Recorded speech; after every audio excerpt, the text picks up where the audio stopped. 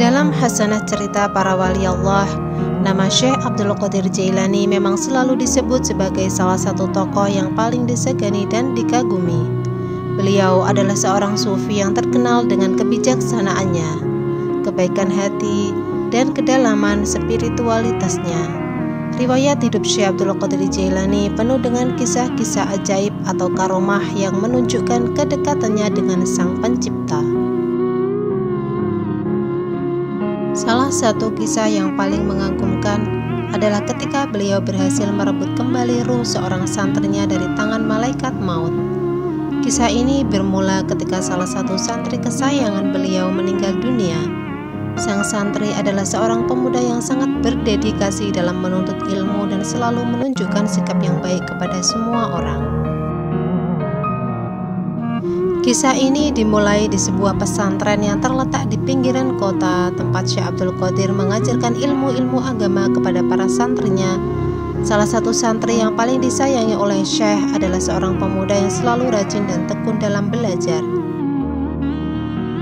Namun, suatu hari berita duka datang. Santri kesayangan Syekh tersebut meninggal dunia karena sakit yang dideritanya. Kematian sang santri tentu saja meninggalkan duka yang mendalam bagi keluarga, terutama bagi sang istri. Ia merasa kehilangan sosok suami yang selalu ada untuknya, sosok yang selalu memberikan semangat dan cinta. Dalam kesedihannya yang mendalam, sang istri kemudian menghadap Syekh Abdul Qadir dengan mata yang sembab dan hati yang hancur. Ia memohon dengan sangat agar suaminya dapat hidup kembali. Ia merasa bahwa kehidupannya tidak akan pernah sama tanpa kehadiran suaminya. Melihat kesedihan yang mendalam dari sang istri, hati Syekh Abdul Qadir pun terenyuh.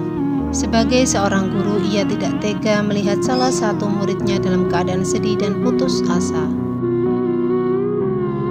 Syekh Abdul Qadir, seorang guru spiritual yang dihormati, memutuskan untuk melakukan perjalanan spiritual yang sangat dalam setelah kejadian tersebut.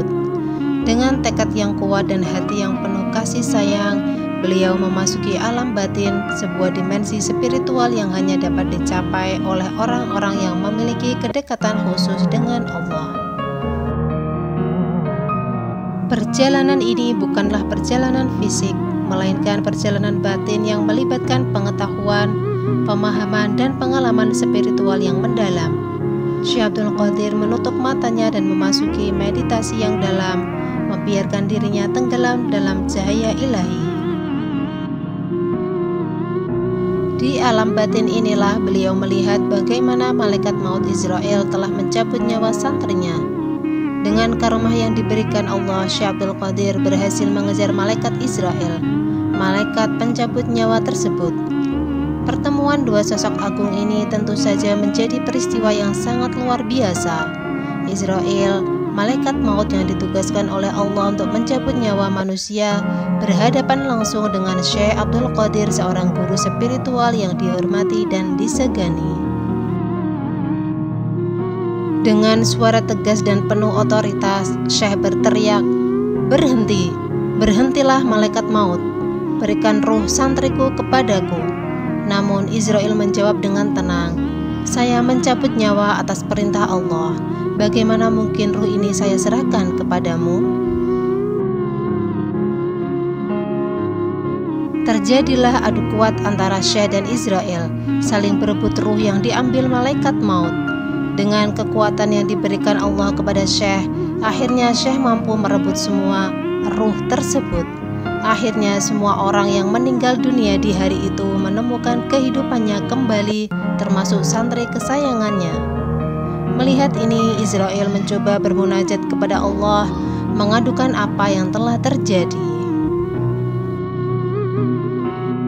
Ya Allah, Engkau Maha Tahu terhadap apa yang telah terjadi antara aku dan kekasihmu Abdul Qadir.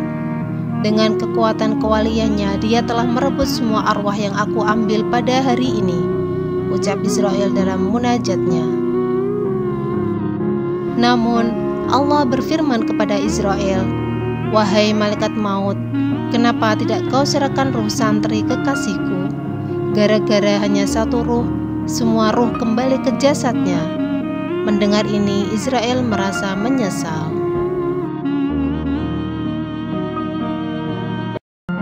Tentu, semua ini terjadi bukanlah berkat kesaktian Syekh Abdul Qadir, namun semua ini terjadi atas izin dari Allah terhadap sang kekasih tercinta.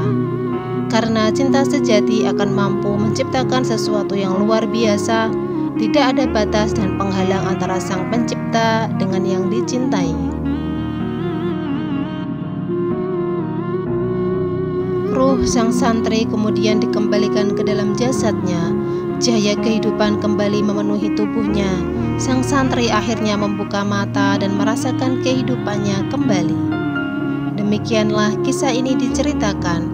Segala kebenaran detailnya kita kembalikan kepada Allah Subhanahu wa Ta'ala, Tuhan pemilik kisah kehidupan.